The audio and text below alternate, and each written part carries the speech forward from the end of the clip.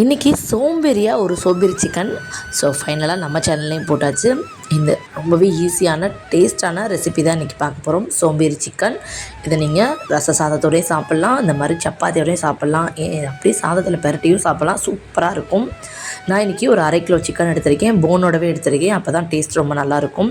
So இது கூட 2 பெரிய வெங்காயம், ஒரு மீடியம் சைஸ் தக்காளி, கொஞ்சமாக கருவேப்பிலை, கொத்தமல்லி, ஒரு ஸ்பூன் இஞ்சி பூண்டு பேஸ்ட்டு, கொஞ்சமாக ரெட் சில்லி பவுடர், ஒரு ஸ்பூன் கொரியண்டர் பவுடர், ஒரு ஸ்பூன் கரம் மசாலா, தேவையான அளவு உப்பு சேர்த்துட்டு கொஞ்சமாக நல்லெண்ணெய் ஒரு 2 ஸ்பூன் விட்டுட்டு நல்லா மிக்ஸ் பண்ணி ஒரு 10லேருந்து ஒரு 15 நிமிஷம் அதை மேரினேட் பண்ண விட்டுறலாம்.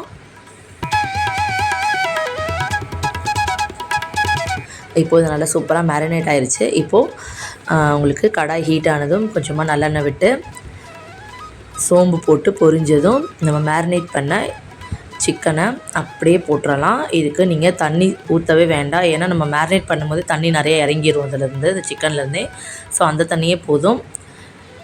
நல்லா பரட்டி விட்டு மூடி போட்டு ஒரு 10 நிமிஷம் நல்லா அந்த சிக்கனை வந்து வேக விட்டுறலாம்.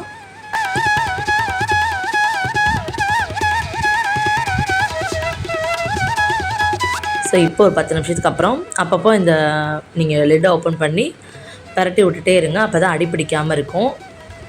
ஸோ இப்போ நல்லா சூப்பரான சோம்பேறி சிக்கன் ரெடி ஆயிடுச்சு. இதை நீங்கள் எந்த சாதம், சப்பாத்தி, நீங்கள் எது கூட வேணால் ஷேர் பண்ணி சாப்பிட்லாம். சூப்பராக இருக்கும். உங்களுக்கு பிடிச்சவங்களுக்கு உங்களுக்கு பிடிச்ச மாதிரி ரொம்பவே சிம்பிளாக ஈஸியாக செஞ்சு கொடுங்க, விரும்பி சாப்பிடுவாங்க. நம்ம ரெசிபி பிடிச்சிருந்தா கண்டிப்பாக ட்ரை பண்ணி பார்த்துட்டு சப்ஸ்கிரைப் பண்ணுங்கள். தேங்க்யூ ஃபார் வாட்சிங்.